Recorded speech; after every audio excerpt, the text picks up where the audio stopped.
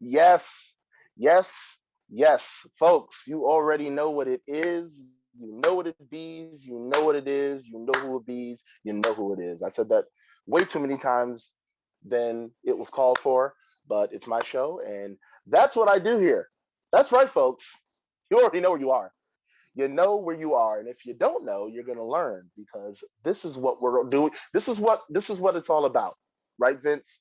It's all about conceptualizing and bringing forth new things. Am I right, sir?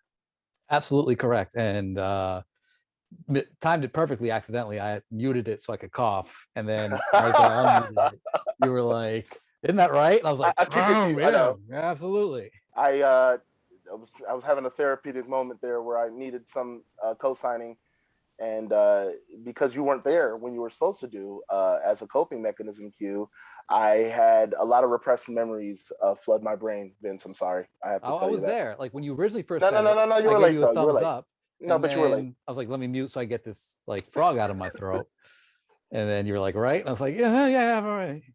Vince is like, motherfucker, I ain't your therapist. You don't pay The me. fuck you think this is? What do you think this is? But yes, folks, we are back. Oh, we've got an exciting season. You guys are season three. Season three. I almost forgot it was season three. I almost forgot we were about to do episode two. But This is we're almost here, like folks. this is like our second season premiere in a way. Hey, I agree. And well, I'll get to this in a minute. Let's kick this off right because I'm feeling good. We got a big show today, and we will tell you why in just a few minutes. But let's kick this off right. You know where you guys are. You know what it bees. You know how it is. Damn it. If I could be friends with Arnold Schwarzenegger, I would. Because I feel like I'd be powerful just like him. Just like the show makes me feel powerful. And with that being said, I am, you already know, folks, I am your jet flying. Woo! Your limousine riding. Woo! You're not a kiss stealer because that's rapey. I know Ric Flair says that, but I just don't rock with that. But I am the traveling, the high flying. Woo! As said by Richolas Flair. I call him Richolas. I am, I don't have my normal props, but we're gonna improv here. I am the plush dog toy playing with. Yes, there's a doggy in the presence of the place. And sometimes I brush him. I am the dog brushing, dog pajama putting on. You guys will maybe meet Gizmo one day. I am the jabroni beating, the pie eating, as said by Dwayne The Rock Johnson. If you smell what The Rock is cooking, I am the ruler. I am the master of the world. As said by Psycho Sid back in the 90s. You guys, yes, I go by the name of Laren Maxstar Moore. And I am, among many things, the glue, the lifeblood. I am the people's champ of pop culture. I am the MVP of PNB. But above all else, I am Vince Eustace. And you know where you've reached, people? Season 3, episode 2 of Popcorn. What's going And on? booze. I have to tell you, that was very pioneer of you. I feel like that's how the pioneers used to open their beers too, back in like the 1500s or whenever the fuck that was. Yeah, with Baltimore Ravens things that should be hung up on the It was the walls. wood. I was the wood I was Yeah. referring to. I just like to point out I've got a little beverage of myself. Little Was that wine, some so cheers. was that some Rosie? It's Snoop's. He's got his own wine. That's the taste of redemption. 19 crimes, Cali red wine. But yes, I'm trying his wine. Let me take a little sip here. Mm. It's not bad. For shizzle, my nizzle. And you guys, we have a very special episode today. Uh, so last season we were talking about getting a all girl segment or a girl segment, a female segment, spoken from the perspective of a woman. And we had some ideas, and unfortunately, the original person we were trying to get on, unfortunately, cannot join us. So the show must go on, and she was very lovely. Val was very lovely, but unfortunately, we have to find a suitable replacement, and we have. And we're gonna go ahead and still go forward with something I like to call, and hopefully she'll like it, and I know you know it, something we like to call Jess-Talk. That's right, you guys. Are doing our first official episode female segment. We're doing it, and it's gonna Sausage be Fest with, is over. Sausage Fest! Sausage Fest! and she's great. She's an actress, writer. She wants to do it all. So stay tuned for that. But before we get to all that, you guys, because that's going to be exciting, we have to kick it off just right.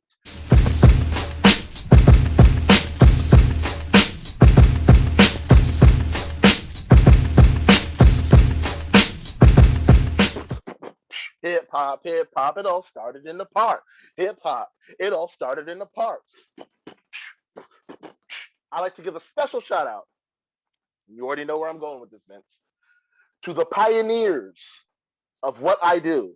Yes, I am a comedian. Yes, I am an actor. But before all that, damn it, you guys know I am a rapper and a musician. And I am a hip hop historian. I think I've earned that at this age.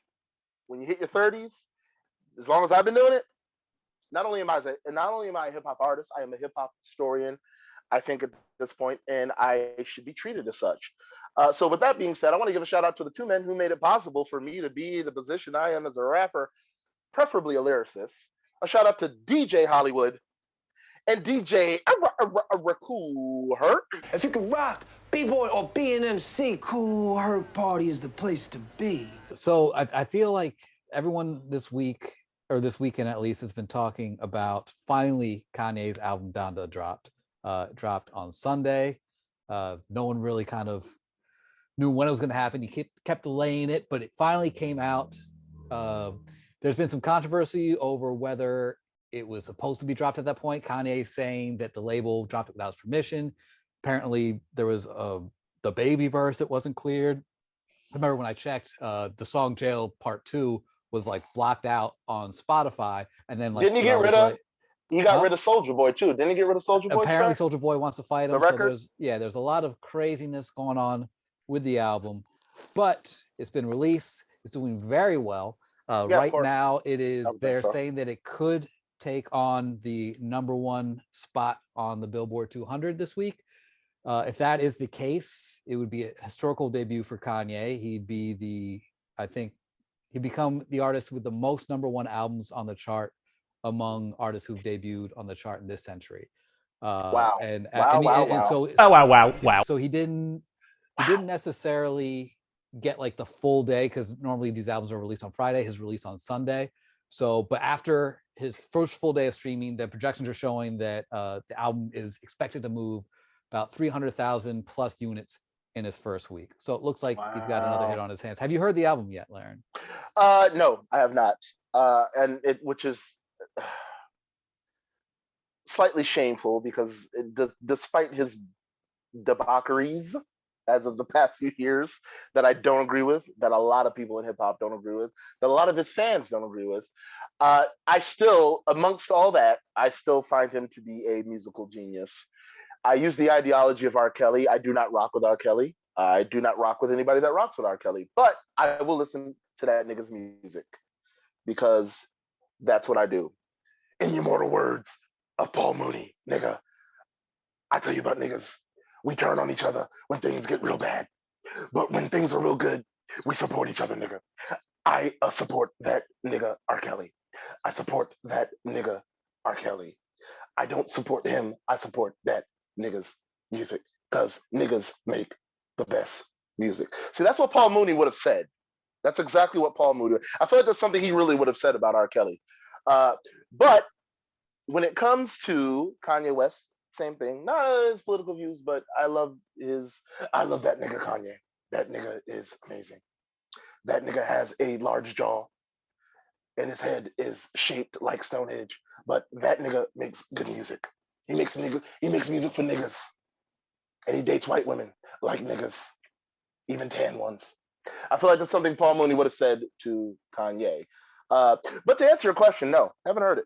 I've heard it. I actually really like it. I know it's been getting some mixed reviews. And I need to listen to it again to sort of hear, I guess, the lyricism of it, because I think one of the big critiques is that lyrically speaking, it's not up to snuff. Not that like he's always been a lyrical assassin, but he's always been a competent enough rapper, and he's been witty and funny, and he's been able to have very memorable lines that have sort of defined a generation. So the big knock there is that his lyrics aren't there. His guest features are great. The production's outstanding. Like, that goes without question. The production is amazing. There's a few songs that I actually had to go back and re-listen to, like right after I heard them. I was like, oh my God, these are so great. And we got to bring up the fact, you might have said this already, and if you did, I apologize. We have to bring up the fact that the album is named posthumously after his mother. That's right, it is. His mother's name is Donda. Donda. And there are some Donda audio West. clips of her on the album, like That's peppered in from shit. time to time. And it very much is, I guess, a gospel album. Is very, like, there's no cursing on it. When some of the guest artists curse on it, it's like bleeped out, dubbed out. I liked it, but then again, I find like I always give him a pass musically, not so much for his personal behavior. Although I still would be like, he's dealing with some issues, so I want to give him a break there. But musically, I there's very little I feel he has done wrong. I feel like nobody could, like, I feel like nobody from the Kardashian family was present for, other than, well, I know at one of the listening parties, but didn't Kim supposedly come out? Yeah, Kim was at the listening parties. She was like in attendance, and then she also was part of the performance. They sort of recreated their wedding, I guess. And she's like mentioned in the songs, like, Kanye's always open about like his life, and there's some talk that like some of the lyrics are indicating that he may have cheated on her after like they gave birth to their second child. He was also talking about some of like the fights they've had and how he felt about certain things. So he's always been one to wear his heart on his sleeve. Yeah, he is. I just don't know if he's invited to the barbecue anymore. I'm kind of on the fence about that. Does he deserve the barbecue treatment? Because I don't even think that nigga likes collard greens. Only real niggas like collard greens. I don't know if Kanye's a real nigga. That nigga don't eat collard greens, at least not the way any normal nigga eats collard greens. I've seen Richard Pryor, that nigga ate collard greens.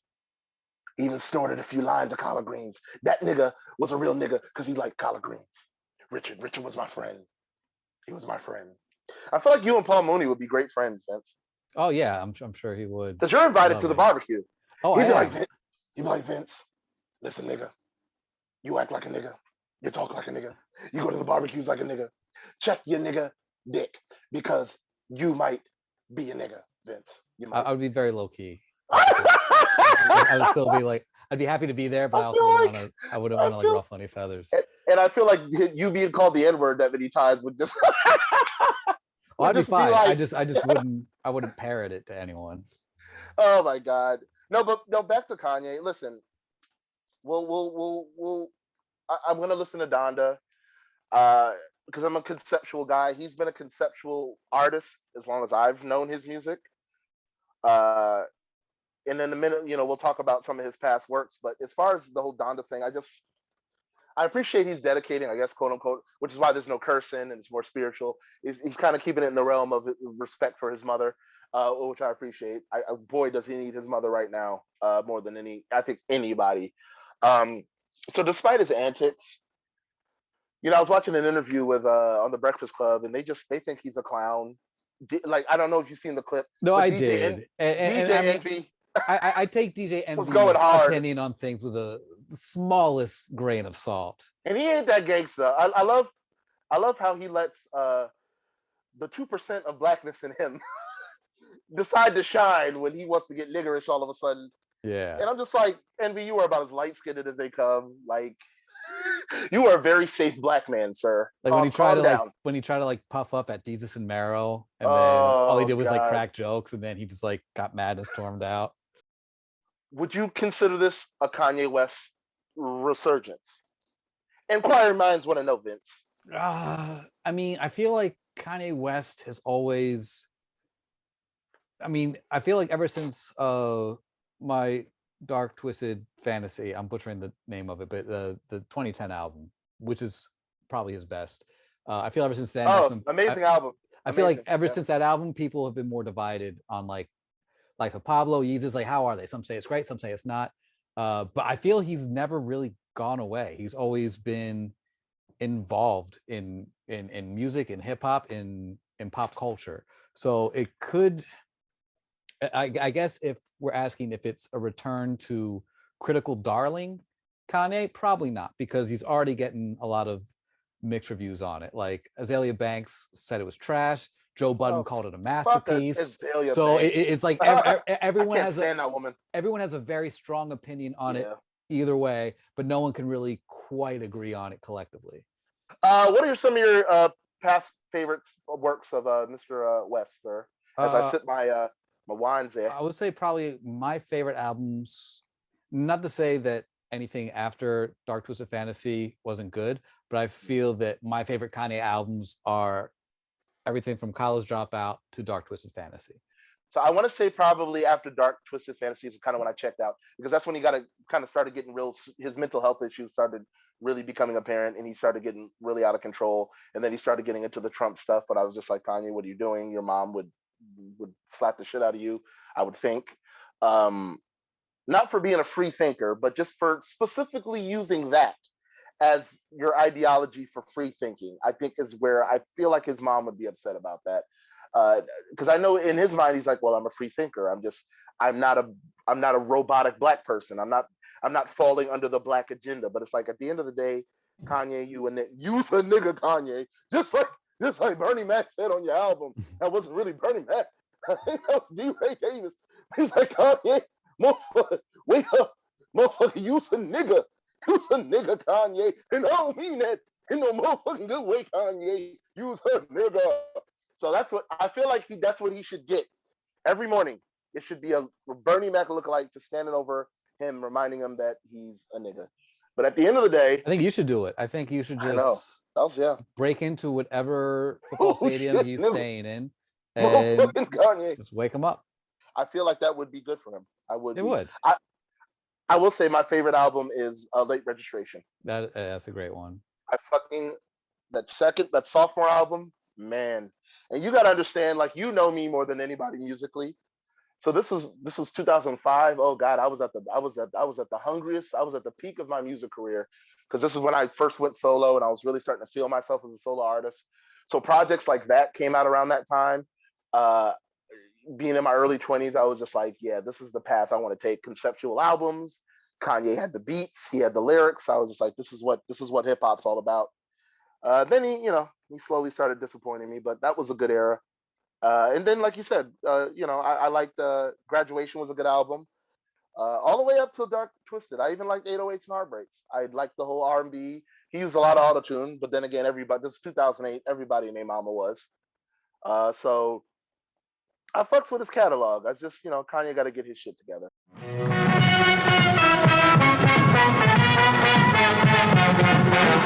So we're going to talk this week about a movie that we both saw. Well, you saw, I saw the majority of, the new The Suicide Squad. Suicide Squad. All right. So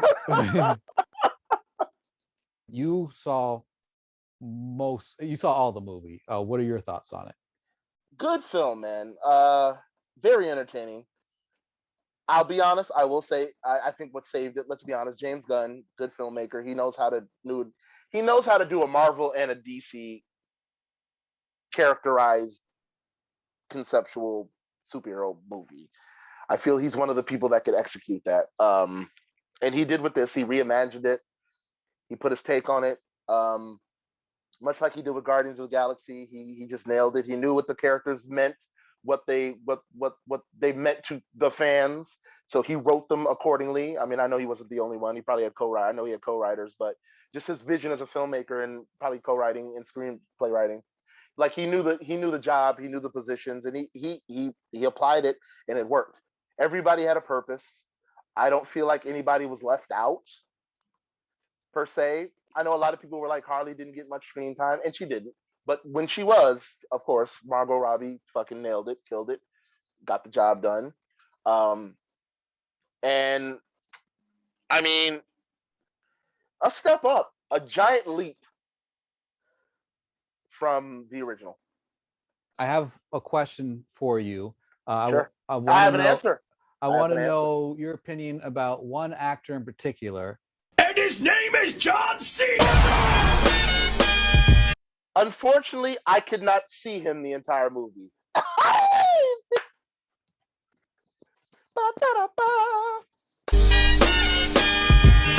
He actually did a really fucking good job. He played a fucking asshole very well. His character is basically a douchebag. He's kind of like his character in Trainwreck, but a hero, and not all the funny gay innuendos that they were doing throughout that film. But he was a nice. Although, but he was a nice guy in Trainwreck. Like he was. You felt bad for him. But he was douchey. He was No, kind of he was just he was a meathead.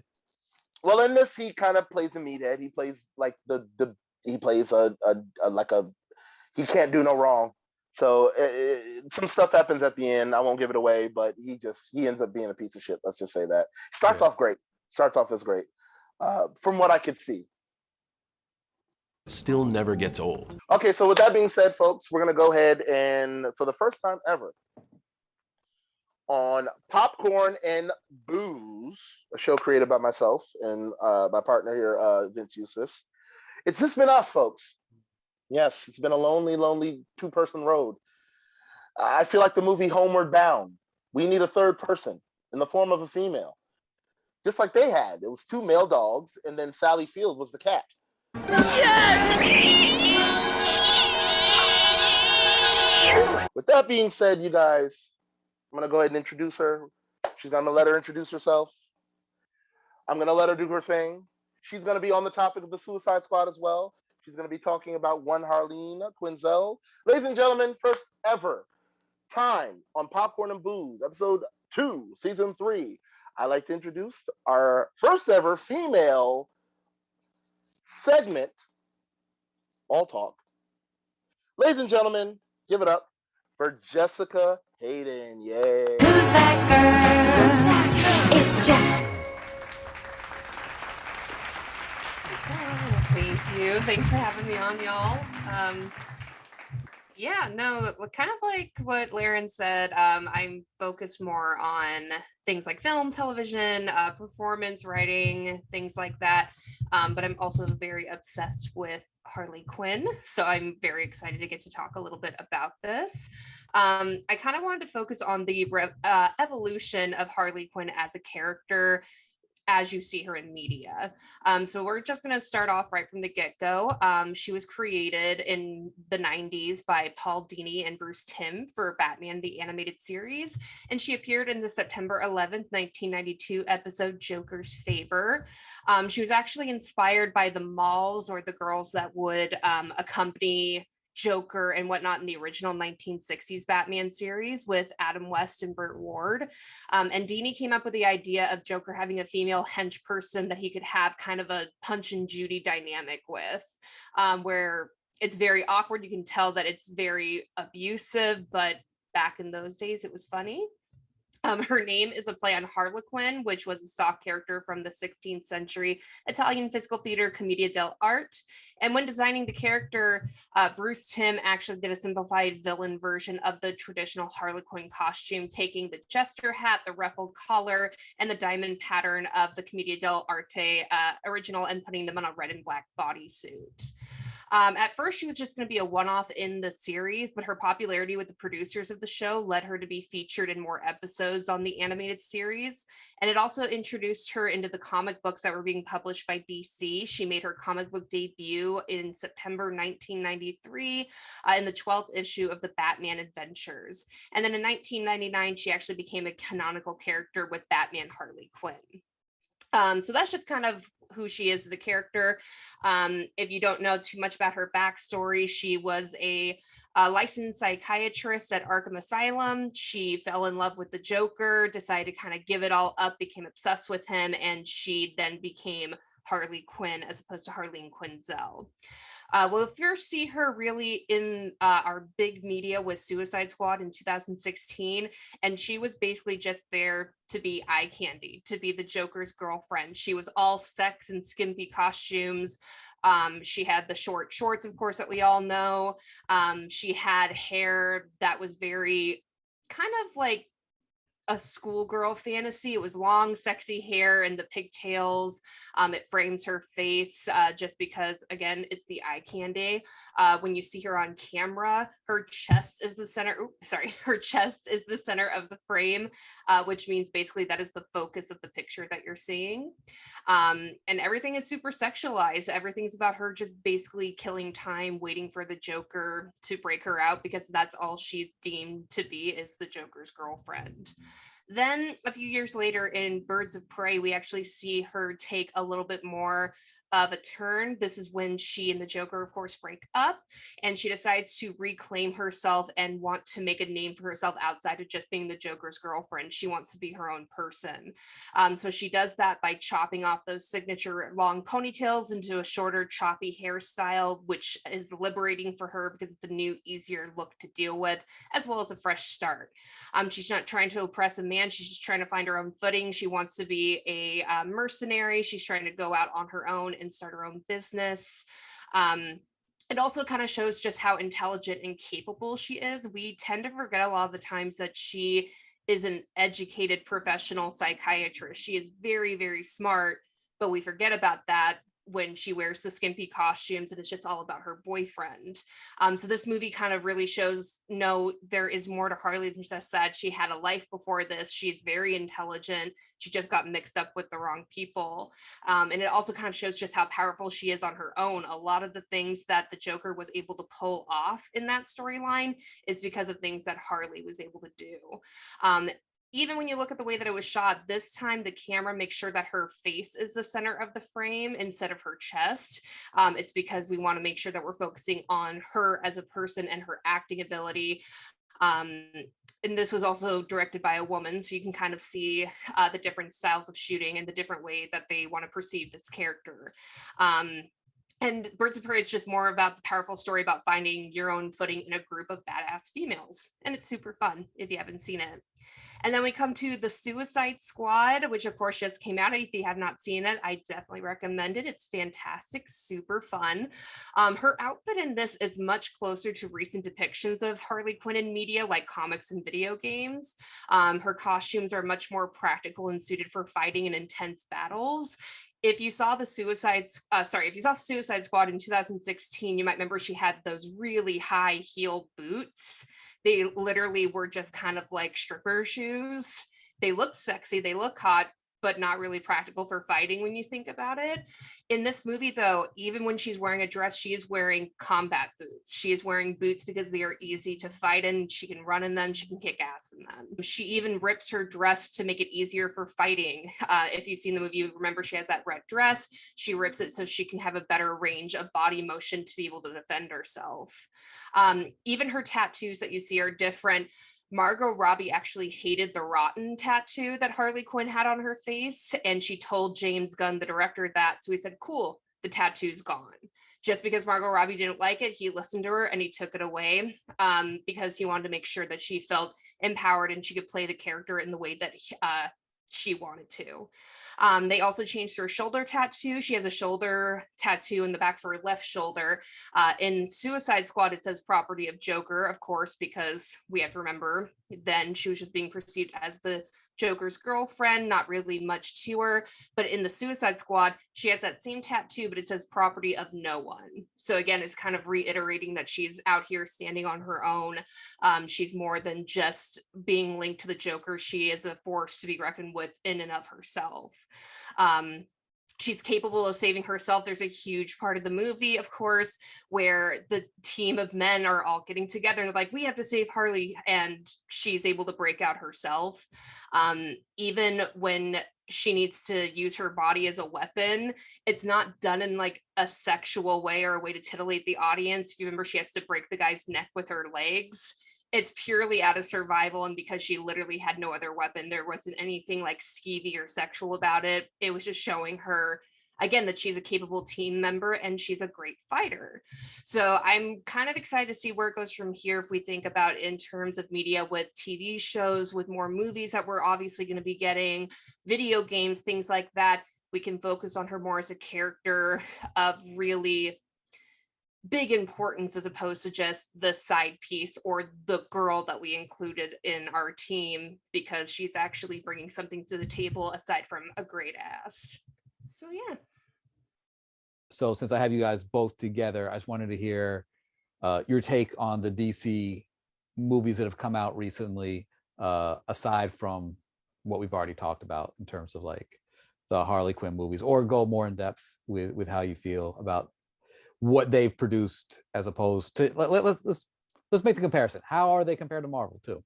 I feel like a lot of what DC does is trying to do what Marvel does. Marvel has had a little bit more time to kind of flesh out things that they found a formula and it works.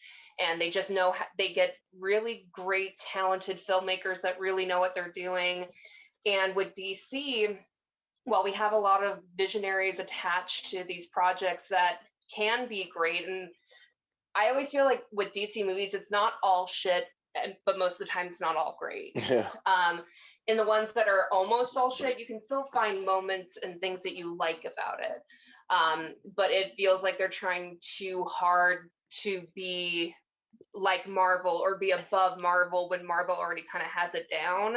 Like you look at Justice League, they clearly were trying to make it be like our version of the Avengers. Yeah. And it could have been.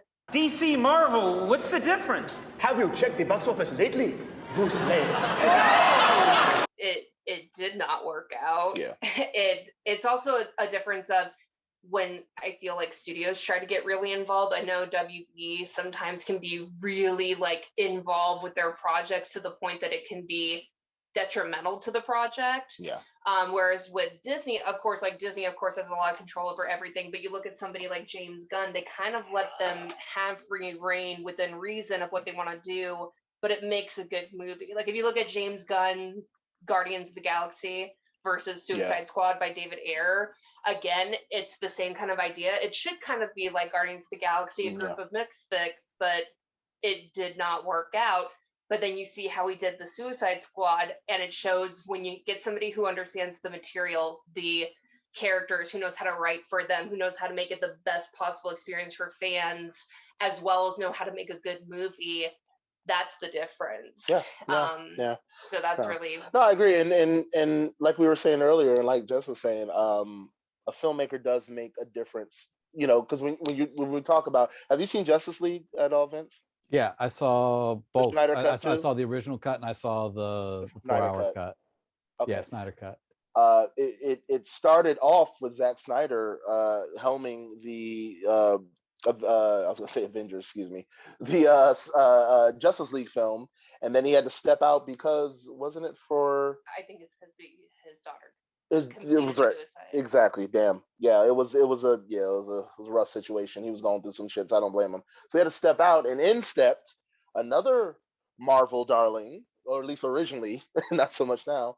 Of Josh Whedon, right? Josh Whedon stepped in and did Suicide Squad, and I think they or not Justice League. Justice League. Excuse me, I said Suicide Squad. I almost feel like DC, in their mind, was like, well, Josh Whedon did Avengers. If we get him on over here, he'll make Justice League like the Avengers, and it just apparently it wasn't. I haven't seen all of it or the Snyder cut, but I think everybody. Well, the thing that doesn't work with that is that you could definitely tell that Joss was trying to make it like Avengers. He was. But it's with characters in a universe and a story that Zack Snyder has already made so dark and so serious that it felt very out of place and very left field, because there was no indication of them having like quippy one-liners and like moments of brevity and comedy. So it felt very misplaced, simply because they've already built the expectation of we have a very dark, serious world that no jokes take place in and no like happy moments take place in. And get this, I don't know if you are, Vince. Our segment host is not really a fan of Zack Snyder. So I almost feel like I'll ask both of your opinions on this. I'll ask Vince first. Are you, first of all, a fan of Zack Snyder and his films? Well, I'll start off by saying I am definitely a fan of his films. I love Dawn of the Dead, which was his first film. He did his reimagining of that was incredible. I know it was the original film was George A. Romero. I think he did great with that. A lot of people don't. I've heard a lot of people say they love it, but a lot of people don't. I know you're not a big fan of it. I don't think. Uh, they praise the show more than they do the movie. Watchmen, which I enjoyed, but I feel like the movie, like they don't even talk about the fucking movie anymore. Like, No, the show is way better. and that's what they say. And I think he did a good job on that. Sucker Punch, I didn't care for. It was weird to me. I don't know if you saw that. You cleared your throat. Do you have bad ties with Sucker Punch? I was Vince? just clearing my throat. Oh, okay. It was just it was cute, perfect. Like fuck Sucker Punch. It was weird to me. Yeah. Well, so I don't. I'll. We'll get back to Sucker Punch in a minute. I'm gonna ask your opinion, and then I want her to give the whole spiel about Sucker Punch because I didn't see. Like when I watched Sucker Punch, it didn't dawn on me what you told me the other day. So I think that's really interesting. But what are you a fan of Zack Snyder, Mr. Eustace? He's fine. I don't love him. I don't hate him. I gained more respect for him after watching the Snyder cut of Justice League. I really enjoyed that. And to go back on what Jess said about Joss Whedon really trying to sort of push in these Avenger type moments of like levity and comedy. Oh, he tried. He really did. You could see it. I actually originally enjoyed it. The original Justice League I liked, and I liked those moments. I was like, oh, this is cool. I like that they're kind of like it's a little lighter, while still being serious. And then when I saw the Snyder cut, I realized, oh, all those things he did to be like funny and light didn't drive the character or the story. In fact, if anything, it kind of contradicted a lot of things that, as you said, Snyder had already done. And also to go back on what you said about the studios getting involved, because I feel obviously Warner Brothers is like, hey, we can't really release a 4-hour movie to people. And Snyder's like, I have to do this to tell my story. And it was a very long cut, but I felt like everything worked out better in the Snyder cut because Cyborg had a much better story arc well, no, the kind of to come off of that. Here's the thing that I find interesting, because going off of that, originally it wasn't a 4-hour cut, but just because we got these, like, while I was working at the studio, literally when they got the okay that they were basically going to do a director's cut, Zack Snyder like reshot and like did a whole lot of new shooting to kind of replace everything that Joss did. So it's kind of like there's parts of me that wonder what his cut would have been had it not had the whole thing of like, and then Joss did the rest of it, and then everybody freaked out and everybody was demanding the Snyder cut, and they got the green light to go ahead and do millions of dollars of reshoots just because people were expecting this. I'm wondering how much more was tacked on because now there's this big expectation of releasing the Snyder cut. If it would have been like 4.5 hours originally, or if he was just trying to be like, we have to have a reason, we have to make this better than what it was. and I'll say this about the Snyder cut too, because we talked about how I hated Jared Leto as Joker in Suicide She Squad. fucking hated him too. No, he was the worst. And it makes sense. Like when I see it, I'm like, you could see he's so desperately trying to steal the show. But I will say this. It's like, bro, it's like this movie isn't about you though. But I'll say this, at the end of the Snyder cut of Justice League, when he kind of had that little cameo, I thought, and I hate saying this because not only do I not like him as a Joker, I don't really like him as an actor. I feel I feel like you said, he's always What did he do to you? No, he's very much a look at me. Like I'm going to steal every scene that I'm in, as opposed to being a team player and listening to other actors. And that's how he was in Suicide Squad. I agree. And he's been like that in a lot of stuff that I've seen him do. And he's talented. Like he's very good, but I just feel he's selfish. Yeah, but I feel like it's gotten worse since the Oscar. Yeah. Oh, absolutely. She feels like it's gotten worse since the Oscars. Yeah. Oh yeah. Dallas Buyers. Yeah. He was great in that, and he definitely deserved that Oscar. But you can definitely tell when you hear stories about him on sets that since he won that Oscar, it's almost like he expects to be the star of every single movie he's in, even if he's not the main character. So despite the fact that I don't like him as Joker or as an actor, I really liked him as Joker at the end of the Snyder cut.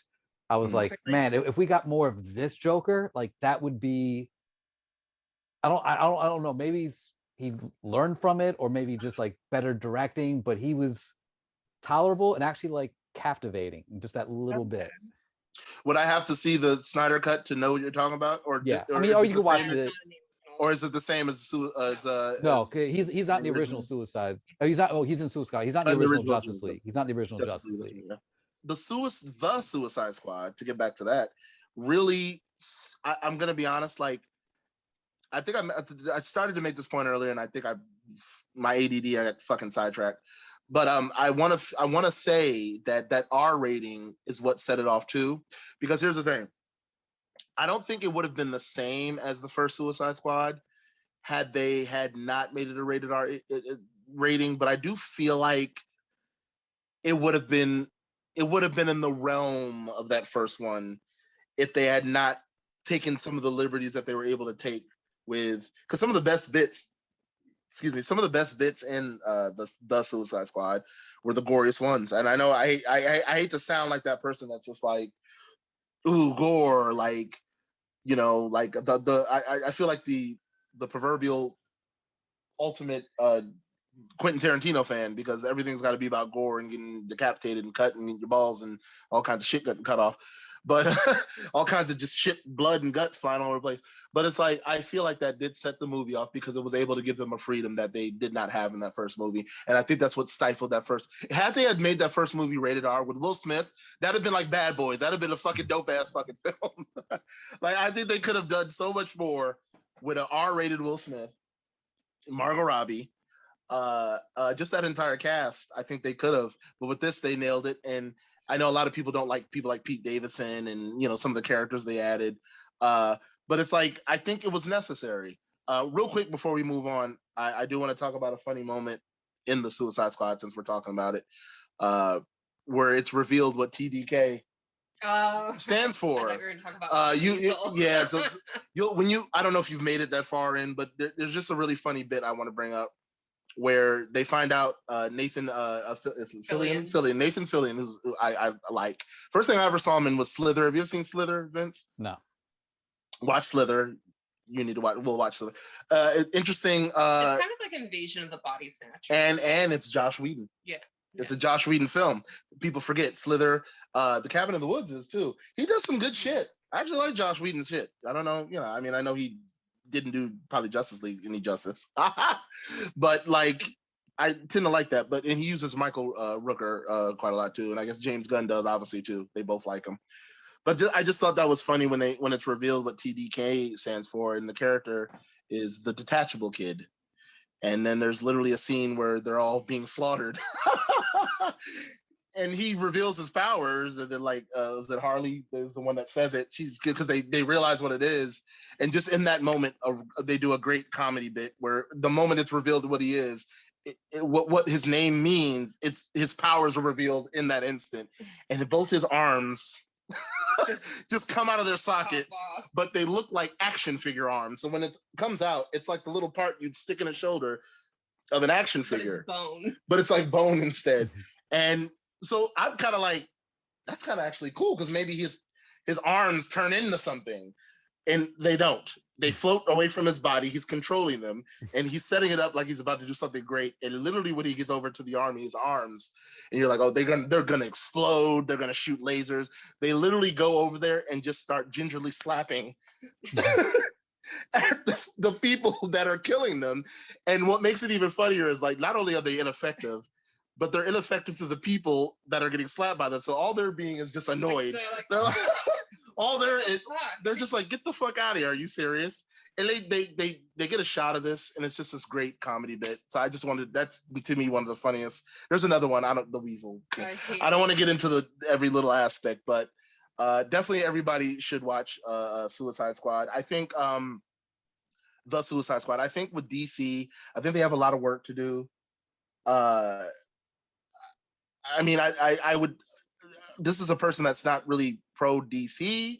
I know a lot about DC growing up. Like, my knowledge mainly came more so from movies and cartoons than comics, as far as DC and Marvel, to be honest with you. But the what I know about DC is more from the animated like 90s shows, and learned all from that. And then I watched like my cousins had a lot of comic books too, and I would learn from them. But for me personally, I feel like DC's got a lot of work to do, right? I mean, am I wrong in that aspect? It sounds like they've been killing it in the comic book game. Like their stories in that have been really good, and same with like their video games, their storylines have been And good. their animated movies have been really good too. Their Yeah. animated shit is It's more DC. so like Warner their Brothers TV Animation's killing it right yeah, now. it's more so like their CW shows are hit and miss. Their movies are also kind of hit and miss. It seems like the bigger media stuff has been more miss than hit. Shazam But was great. I love Shazam. I forgot about Shazam, and Black Adam's supposed to be really good too. I mean, he's technically in the Shazam world, and you know the Rock is playing him, so that's always exciting. I just feel like DC has a lot of work to do. Marvel's been killing it for so long, and you feel like Marvel strategically did that because it's like as if they knew Disney like knew that DC probably had some plans, but DC wasn't sure about those plans, but Marvel was, and they were like, okay, we're gonna execute it. And then DC's like, damn, we should have. They probably were thinking to themselves, we could have probably broke this ice before Marvel and everything. What were you gonna say? Oh, they have that Disney money too. Then Disney's behind it. I mean, Warner Brothers is big.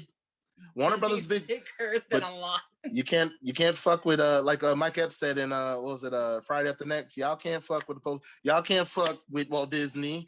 Y'all can't fuck with Walt Disney. You can't. It's that Disney money. But DC's trying, and we'll close this out with some parting words. Where do you feel, Vince, DC needs to go in this direction? And then I'm gonna ask you the same thing. And you know, we'll end this DC discussion off. But where do you feel they need to improve, maybe, Mr. Eustace?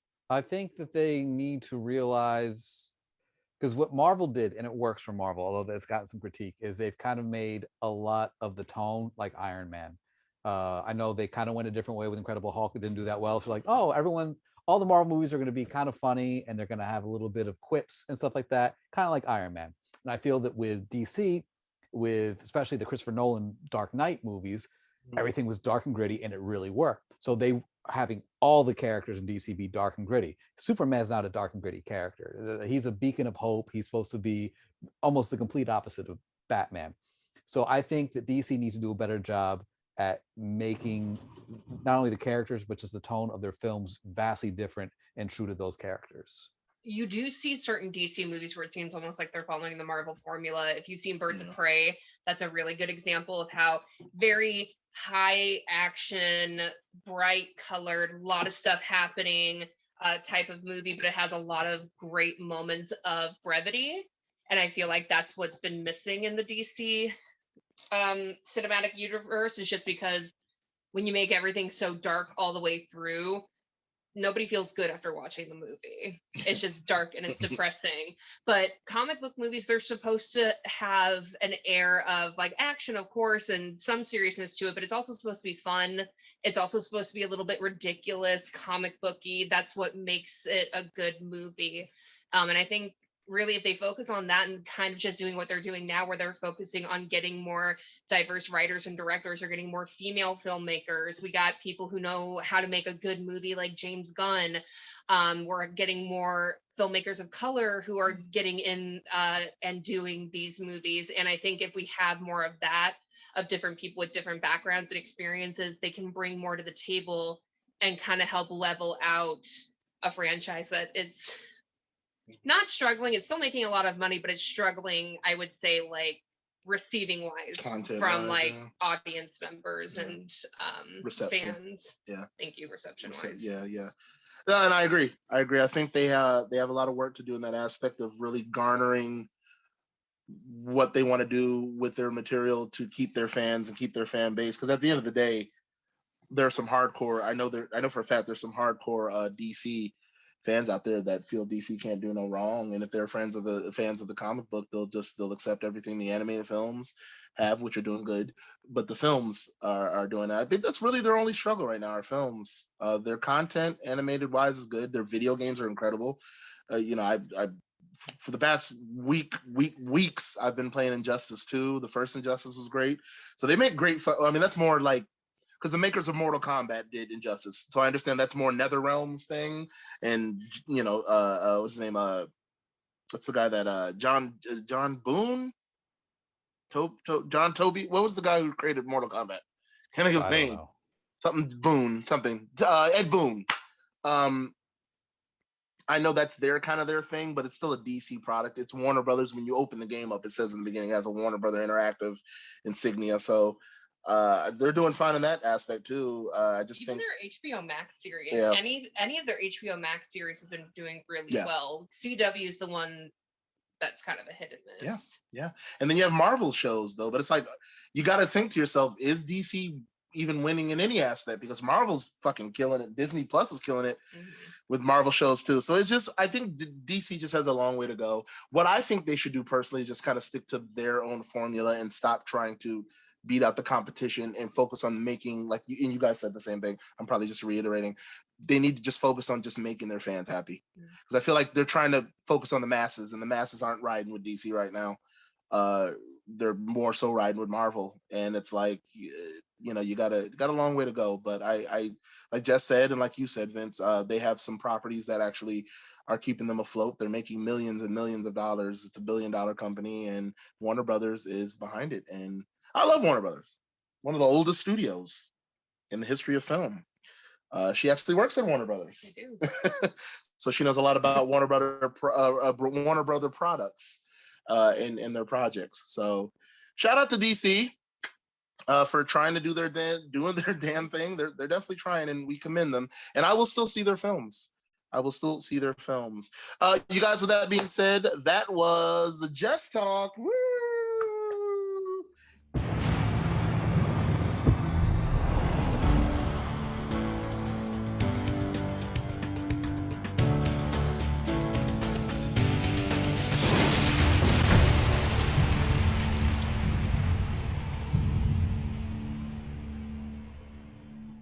All right, this brings us to our professional wrestling portion of the show. Unfortunately, the story that's a little newer is not a happy one.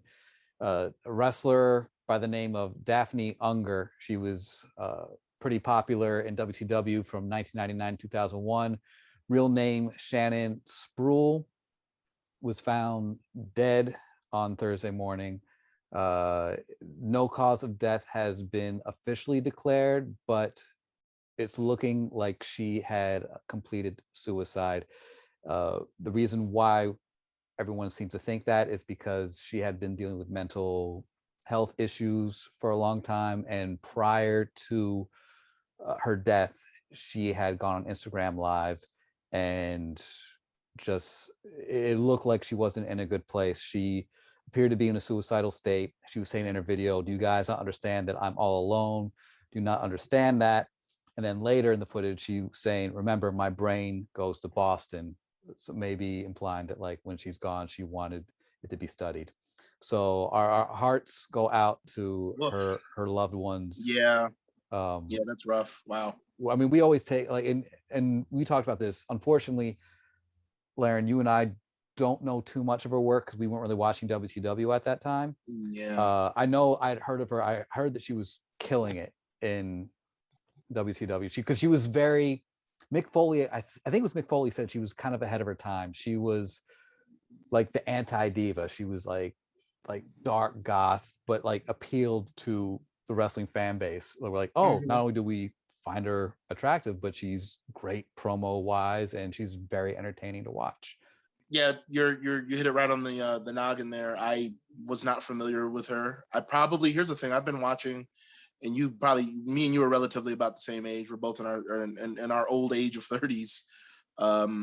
So we've been watching wrestling for a very long time. I've been watching wrestling since probably the late 80s, is the far back as I can remember, when I was probably like 2-3 years old, like who knows.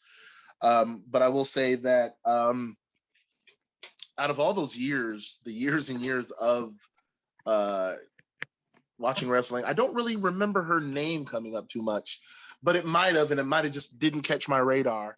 I remember she was teamed with Crowbar, and then if I recall correctly, I think she was in a storyline with David Flair and Stacy Keibler. Like I don't know for sure, but I feel like there was a love triangle between David Flair, Daphne, and Stacy Keibler. Like he was kind of dating both at the same time, I think. Yeah, probably.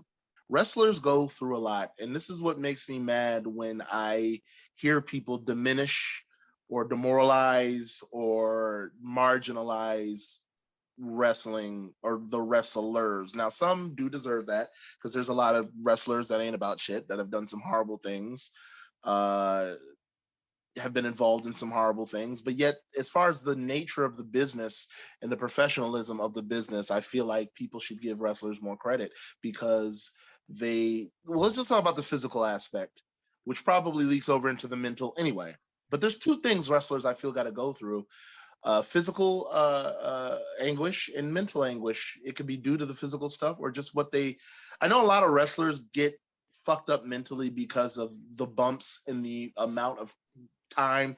It's a cutthroat business. And here's the thing: I would have never known that as a child.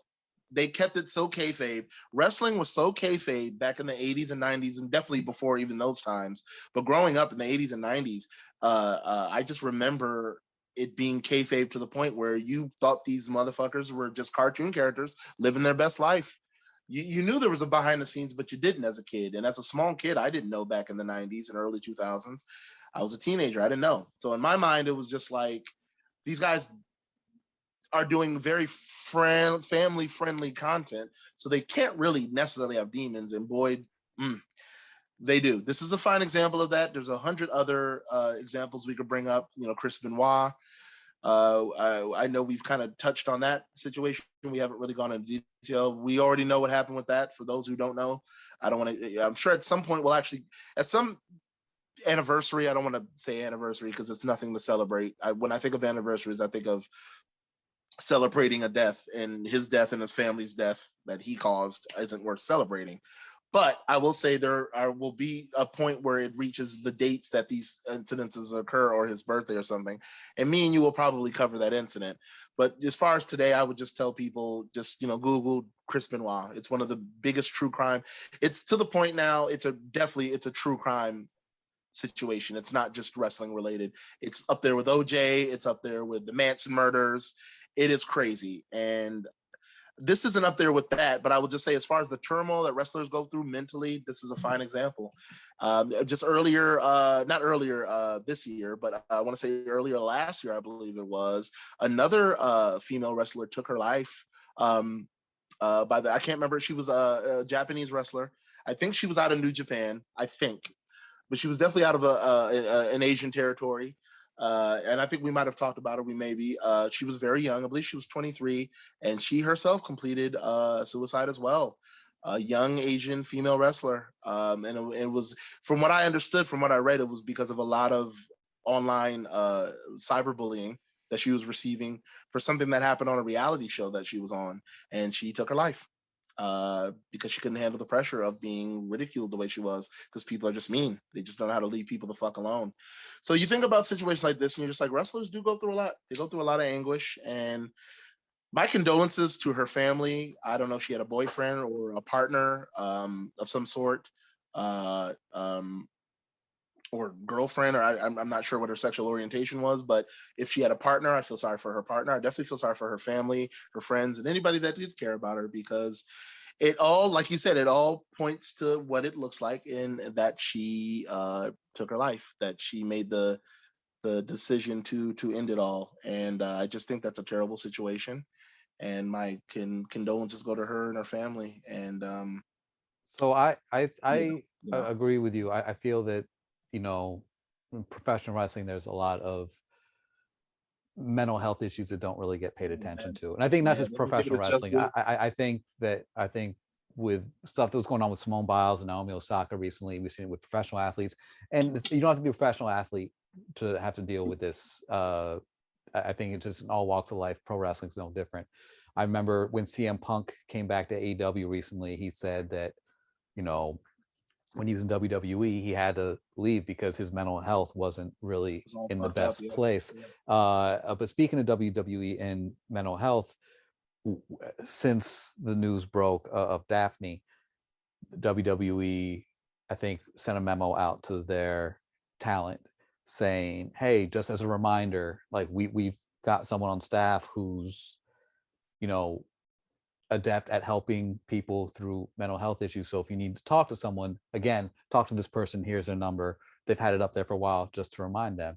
And then Carl Anderson, formerly of Bullet Club and the Good Brothers, I don't know if he was in character, like trying to play a heel, but and I didn't see exactly what he said, but apparently he kind of mocked the WWE for offering this, and wrestling Twitter was pretty upset with him, saying like, look, this is not the time to make this about yourself or try and do a shoot on your former company. It looks like bad form, especially when someone just passed away. And he dug in, which again makes me think he's playing a heel character. He's just calling everyone marks and just like getting off everyone. And so as much as everyone was attacking him, like, I also want us to make sure we're not hypocritical, because he might be dealing with some stuff too. I know he's been dealing with some stuff at home with his wife and potential infidelity. So he But might. I feel just real quick. I'm sorry not to cut you off. I Well, feel you like did, these so. wrestlers. I know. I'm sorry. I just want to make a quick point about and you're talking about Anderson, right? From the Yeah. Good Brothers.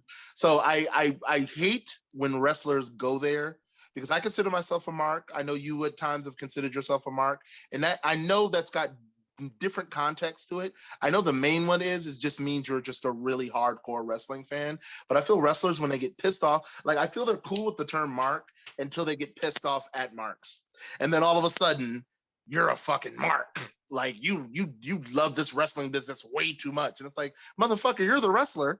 Who's the real mark here? Like, at least I'm not trying to be a fucking wrestler. I just love the product, you know. I mean, me personally, like, I care less I about hate him when they do that shit, dude. I hate it. I personally could care less if he calls me that. I'm more upset about him showing like a lack of sympathy towards the situation. No, and that was going to be my next point. Like, as far, so you're doing that. You're doing that because people are calling you out about your shit or saying something. So you're calling people marks and you're being an asshole. But then on top of that, you're being insensitive. So it's like a lose-lose situation with that. And it's like you got to be doubly offensive, and then you got to like make light of a person's like death. So I don't know. I just feel like wrestlers, they just get in their feelings. They really do. They really But get. again, it could be the mental health thing. Like, I'm sure he's got his own stuff he's taking care of. Like, he has to like take care of, and he might be in denial about it. He might be like, oh, because he seems to me like sort of be like that old school type of wrestler where it's like, you know, you go drink some whiskey and some beer, and you just bury your feelings, and that's it. So this whole like, oh, talk about it and share, and then like cry about it, like their instinct, again, not saying him necessarily, but I know a lot of the old guard is like, nah, that's not how we do it. It's like, it's just, you just got to suck it up. Yeah, it's not that easy for certain people. It really isn't. And again, I don't. It's also not healthy to do it. Even if it is easy for you to do, you shouldn't do it. No, and I feel like you have to be understanding to a degree. Me, myself, and I've said this before on the show, I absolutely do not condone suicide. I always feel there's always a different way. There's always a different way.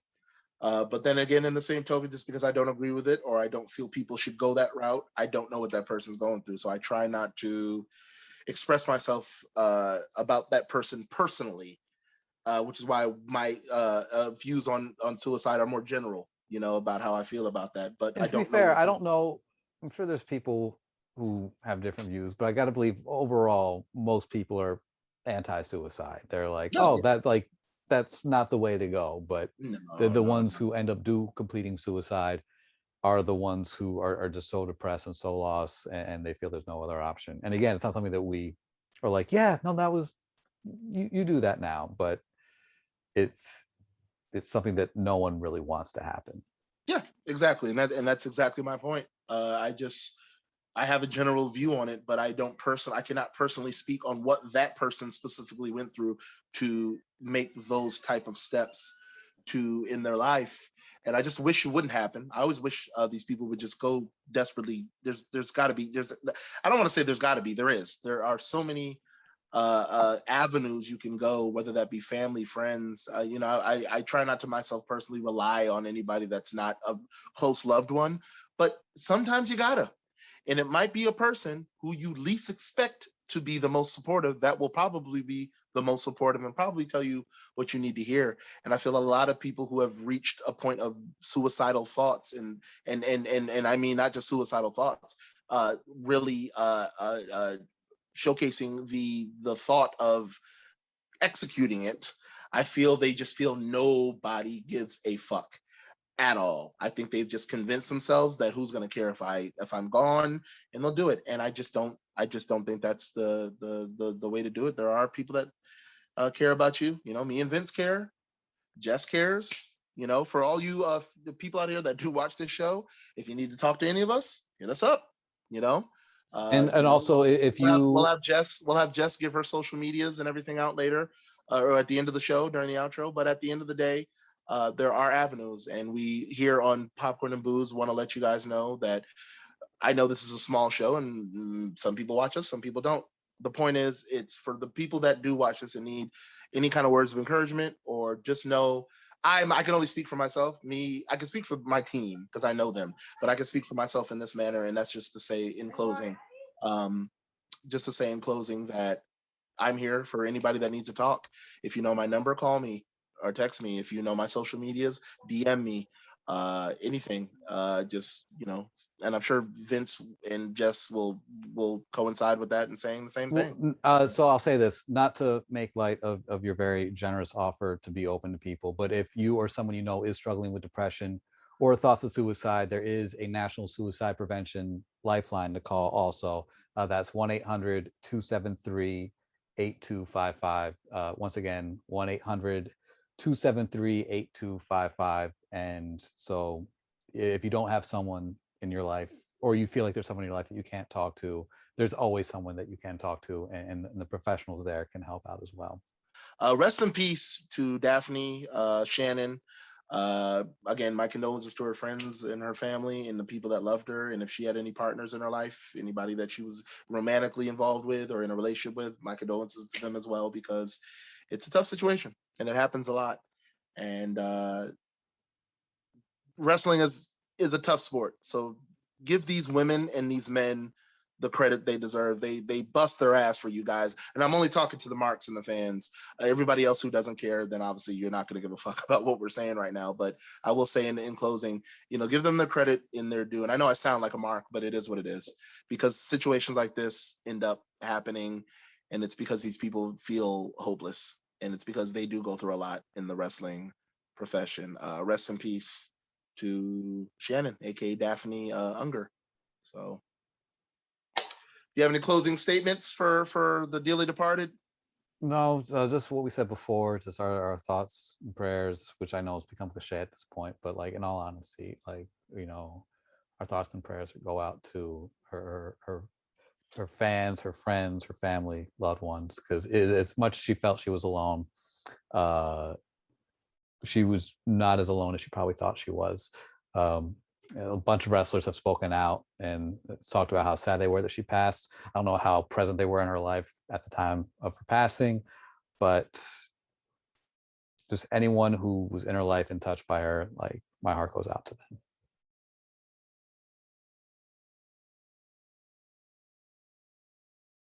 With that being said, you guys, we have reached the closing arguments of the trial, aka Popcorn and Booze, our show. Of course, I want to thank our first ever female anybody on the show. Because I'm sitting there thinking about, we haven't even had a female guest yet, and we need to work on that. We're going to get that. That's definitely in the works. But to have our first ever female correspondent to come here and kill it the way she did, and then give us some awesome knowledge about the DC world, and specifically Harley Quinn, aka Harleen Quinzel, aka Harley Quinn. So that was definitely a great addition to the show, and we're gonna have her say her goodbyes to all of yous, and she will be back. Well, I'll let you know. But in the meantime, she's going to say her goodbyes. She will give out her social medias where you can find her, and look out for more Jess-Talk.